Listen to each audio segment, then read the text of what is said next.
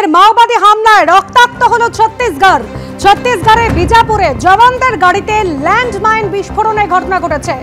মাওবাদী হামলায় 8 জন জওয়ান সহ 9 জনের মৃত্যু হয়েছে। মাওবাদী দমন অভিযান সেরেই ফিরছিলেন জওয়ানরা এবং সেই ফেরার পথে হামলার ঘটনা ঘটে। যে হামলাতে 8 জন জওয়ান সহ মোট 9 জনের মৃত্যু হয়েছে। ফের রক্তাক্ত হলো ছত্তিশগড়। মাওবাদী হামলায় ফের রক্তাক্ত ছত্তিশগড়।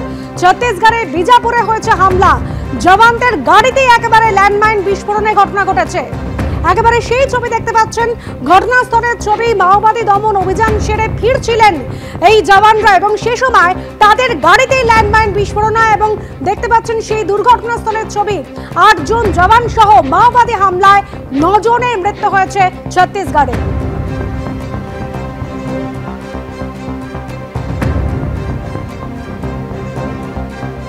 মাওবাদী দমন অভিযান চলছে বেশ কয়েকটি জায়গায়। ছত্তিশগড়ের দান্তেওয়াড়ায় যেরকম চলছে এবং নারায়ণপুর, এই দুটি জায়গায় মাওবাদী দমন অভিযান চলছে এবং জওয়ানরা তারা আজও কিন্তু মাওবাদী দমন অভিযানেই গিয়েছিলেন এবং তার মধ্যে এই হামলার ঘটনা, ল্যান্ডমাইন বিস্ফোরণ। এবং যে ল্যান্ডমাইন বিস্ফোরণে উঠল জওয়ানদের গাড়ি, যে ল্যান্ডমাইন বিস্ফোরণ হয়েছে, যে ছবি রেখেছে আপনাদের সামনে, ছবি দেখেই বুঝতে পারছেন কতটা তীব্র ছিল এই বিস্ফোরণ, যার জেরে এই অবস্থা হয়ে গিয়েছে রাস্তায়।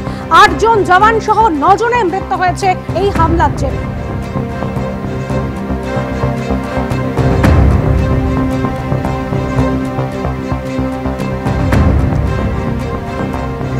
ছত্তিশগড়ের বিজাপুর, যে বিজাপুরের জওয়ানদের গাড়িতে ল্যান্ডমাইন বিস্ফোরণের ঘটনা ঘটেছে। এর আগে দান্তেওয়াড়া, এর আগে নারায়ণপুর, এই সমস্ত জায়গায় মাওবাদী দমন অভিযান চলছিল। আজও সেই অভিযানেই বেরিয়েছিলেন জওয়ানরা। ফেরার পথে এই হামলা, ল্যান্ডমাইন বিস্ফোরণ এবং তার তীব্রতা এতটাই ছিল সম্পূর্ণ রাস্তা ভেঙে চুরমার হয়ে গিয়েছে। বাংলাদেশ থেকে ইতিমধ্যেই 95 জন ভারতীয় মৎস্যজীবীদের ছেড়ে দেওয়া হয়েছে। আর মমতা বন্দ্যোপাধ্যায় তিনি আজ বিস্ফোরক অভিযোগ করেছেন যে বাংলাদেশে মারধর করা হয়েছে মৎস্যজীবীদের। দেখছি অনেক মৎস্যজীবী খুঁড়িয়ে হাঁটছেন, শুনেছি অনেককে হাত পা বেঁধে মারধর করা হয়েছে। কি বললেন মুখ্যমন্ত্রী, শুনুন। আমাদের জানিয়েছিল যে এরা সকলে বাংলাদেশের সীমানায় চলে গেছে, নিখোঁজ আছে। আমরা তখন খবর করতে শুরু করি। তখন আমরা দেখতে পাই ওদের ডিটেন করে রাখা হয়েছে পুলিশ স্টেশনে। আমি এটা জানতাম না, কয়েকজন খুঁড়িয়ে হাঁটছিলেন, সবাই নয়।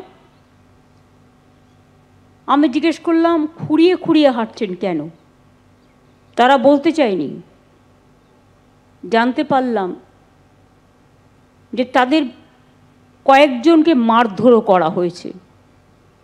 তাদের নিয়ে গিয়ে হাত দুটো দড়ি দিয়ে বেঁধে রাখা হয়েছিল এবং তাদের মোটা লাঠি দিয়ে মারা হয়েছে। কোমর থেকে পা পর্যন্ত চোট, জামা কাপড় পরে আছে বলে বোঝা যাচ্ছে না। তারা কাঁদছিল বলে জিজ্ঞেস করছিলাম, বুঝতে পেরেছিলাম। বাংলাদেশের ট্রলার ইতিমধ্যেই প্রায় মাসখানেক আগে আমাদের সীমানায় ঢুকে পড়ে, কিন্তু তারা অসুস্থ হয়েছিল, আমরা তাদের ভালো করে চিকিৎসা করাই এবং তাদের আমরা খুব যত্ন করে রেখেছিলাম। আমরা বাংলাদেশের যারা ছিল তাদের হ্যান্ডওভার করে দিই এবং ওরা ইন্ডিয়ার যারা ছিল পশ্চিমবাংলা থেকে তাদের হ্যান্ডওভার করে দেন।